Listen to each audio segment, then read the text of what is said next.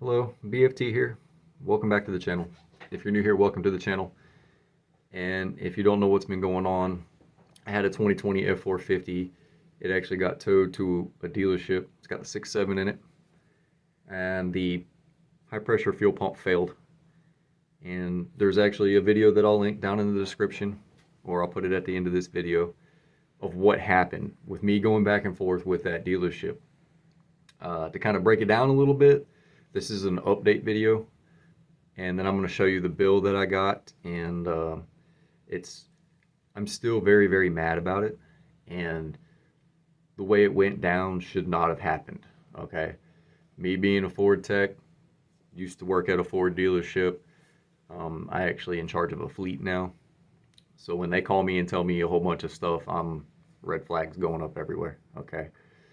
There's a general service bulletin that you follow when this is covered under warranty, and you are looking for rust on the pressure control valve, which is inside the fuel rail.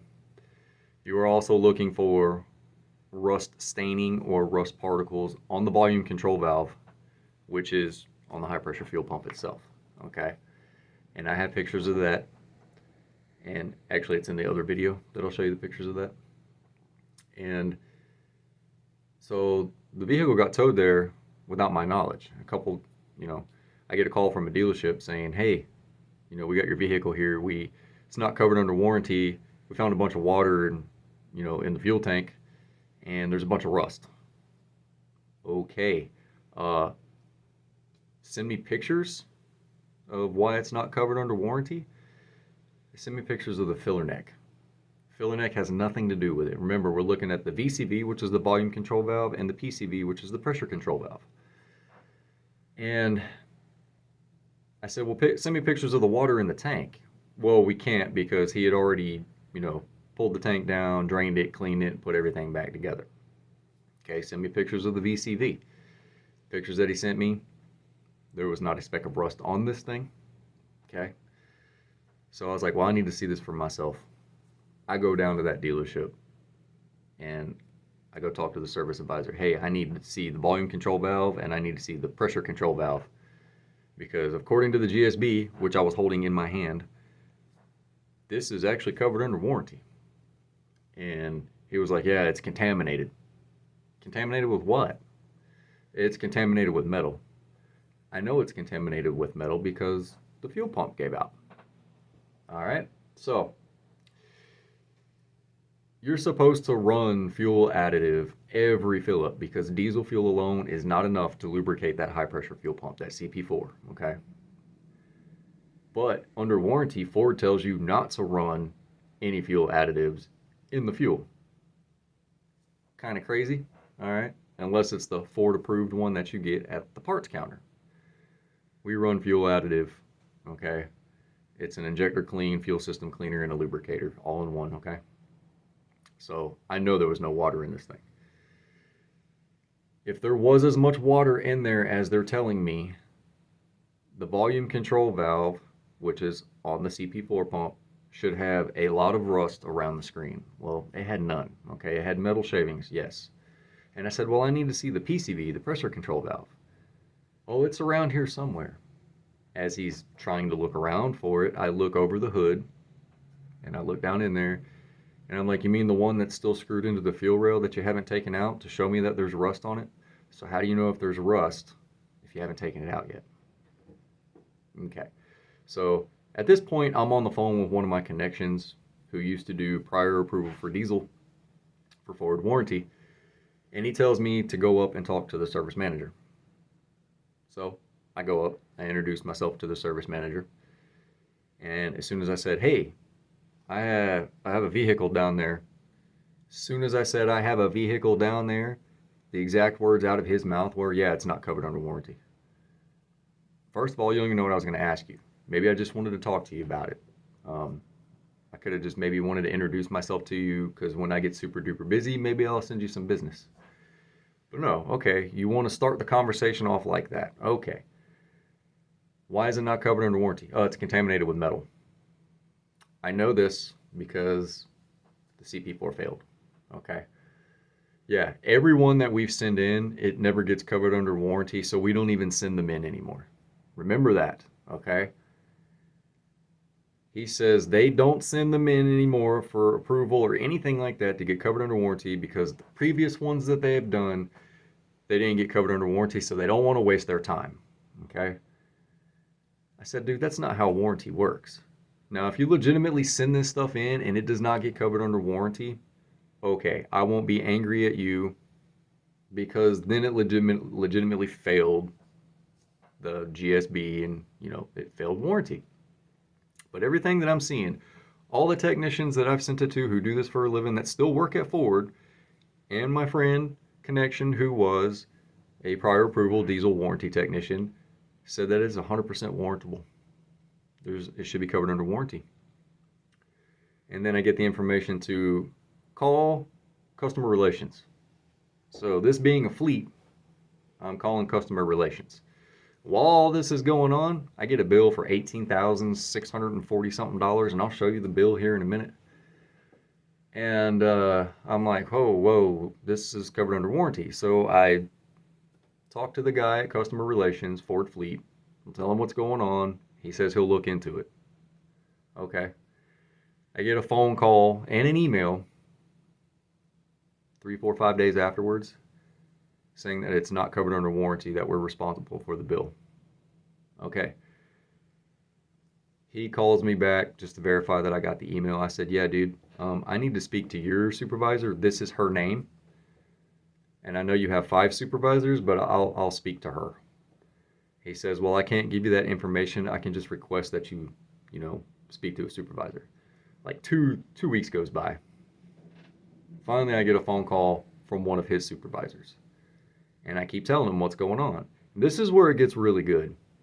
Because at this point, I think they realize who they're dealing with because I keep telling them, like, hey, look, I work for Ford. I was a technician. This isn't my first rodeo on how warranty works. Here's the GSB. They didn't follow protocol, okay?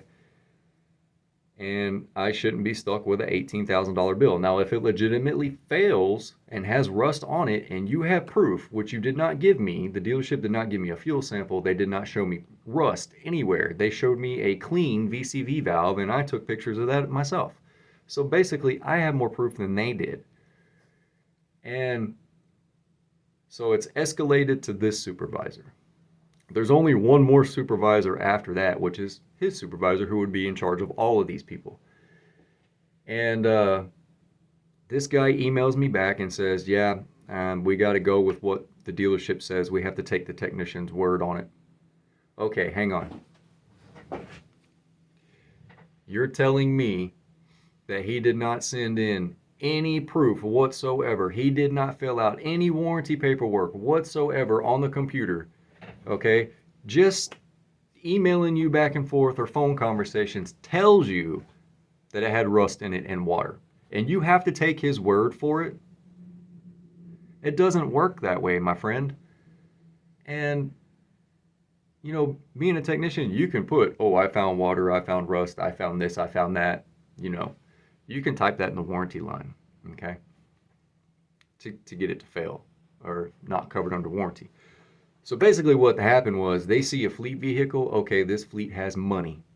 Let's make this customer pay. Okay? I don't want to get paid M time on warranty. I want customer pay because it's more. So remember, warranty time is 1.5 times less than customer pay. So I tell this guy at Ford, I want to speak to your supervisor. This is his name. I can't give you that information. I said, well, you notate on this open case that we got going on that I want to speak to that manager, to your supervisor. And if you don't give me his information, I can get it one way or another. And he said, well, I'll notate your account, your case number. I said, okay. 4 or 5 days later, I get an email. Wasn't from his supervisor. It's from the initial customer service rep that I talked to, customer relations that I talked to the first time. They are going to partially refund me some of the money because I straight up told them, dude, You're working bass backwards here. You're just taking the guy's word for it, okay? It's as a he said, she said. I sent you in pictures, okay? I gave you more proof than they had. They didn't give you any proof at all. But yet, we have dealerships that are doing customer pay trying to get it turned into warranty. Okay, I actually have a screenshot of that of a guy on Facebook who was a diesel technician. It was under customer pay and they were trying to get it turned into warranty. But here I am, it's warranty and they're trying to make me pay for it. Okay, let me log into this right quick. I'm going to show you the bill. Okay, well, I'll show you right quick where his exact words were. They just needed proof that we paid for it and stuff like that. Says, good evening. I haven't received the paid invoice for this repair. I know this can take some time. I'll schedule my next follow-up for next Thursday, 6/29. Blah, blah, blah, blah, blah. He spoke to the service advisor. I told him what was going on. And so this was back on June 13th. It says, good afternoon. Florida management is taking a second look at this, and it may take a couple of business days. As soon as I get an answer on this, I will let you know. I will schedule my next follow-up with you for Monday, 6/19. I have a doctor's appointment, blah, blah, blah, blah, blah.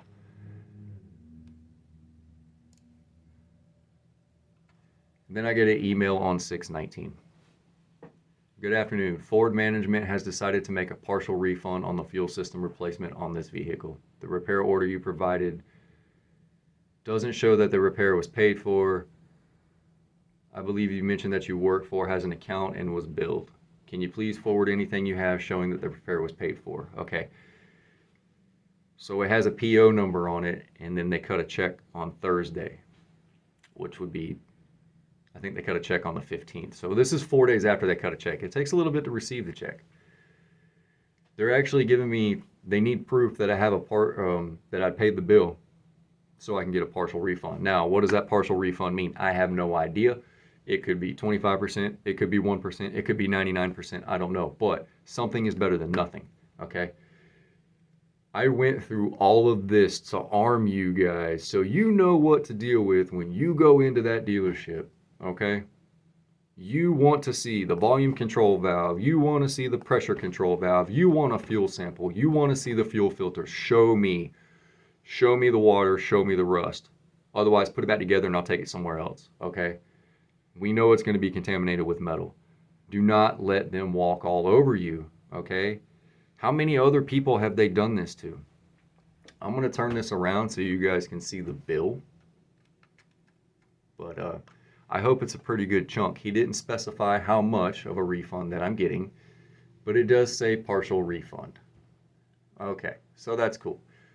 Let me turn this around and I will show you my bill. Oh, and here's the funny thing.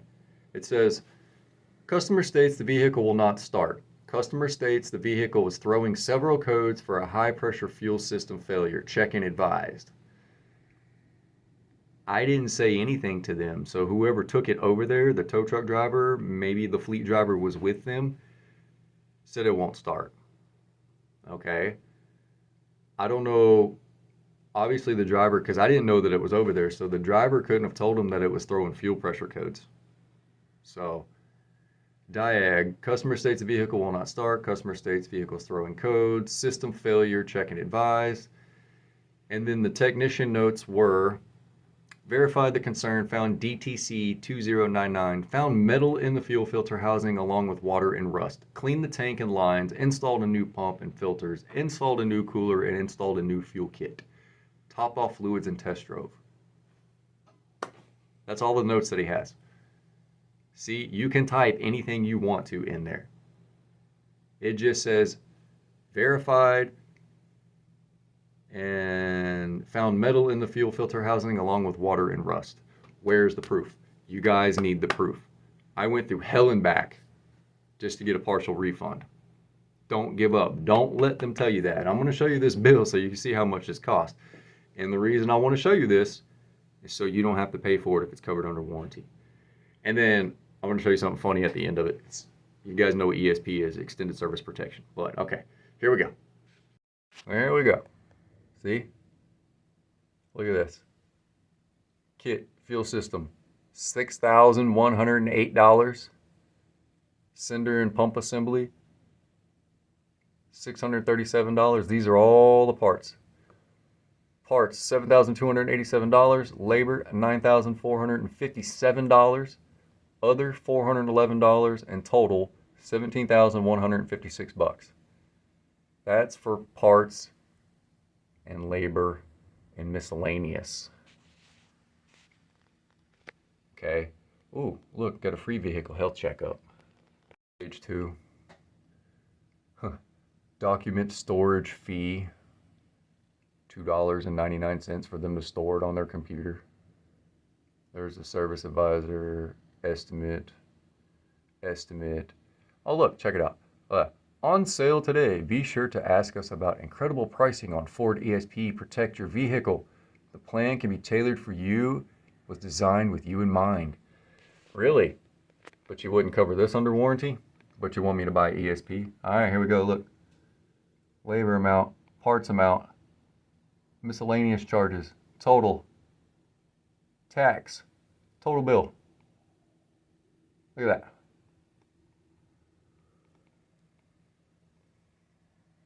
So please, if this ever happens to you, you want fuel sample. You want to see the fuel filter. You want to see the inside of the fuel tank. You want to see the PCV and the VCV. You're going to be looking for rust or algae. Rust from the thread side to the connector side, or excuse me, from the O-ring to the threads, does not indicate failed warranty. That is environmental.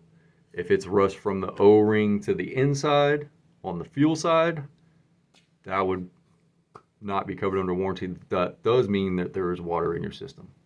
But if there's no rust on that thing and there's nothing on the VCV, on the volume control valve, you should be covered under warranty. So what I'm going to do right now, I'll post those pictures of the volume control valve, and then I'll post that screenshot of the technicians at dealerships that their customer pay and they're trying to get it covered under warranty. And I'll go ahead and post that right now. As always, I love you guys. Thank you so much. I had to fight so long just to get a refund, and I did that for you. So you guys, just proof. Don't give up. Don't let them tell you it's not covered under warranty and then you take their word for it, okay? Fight it arm and a leg. That's a lot of money, okay? I love you guys, and I'll see you on the next one.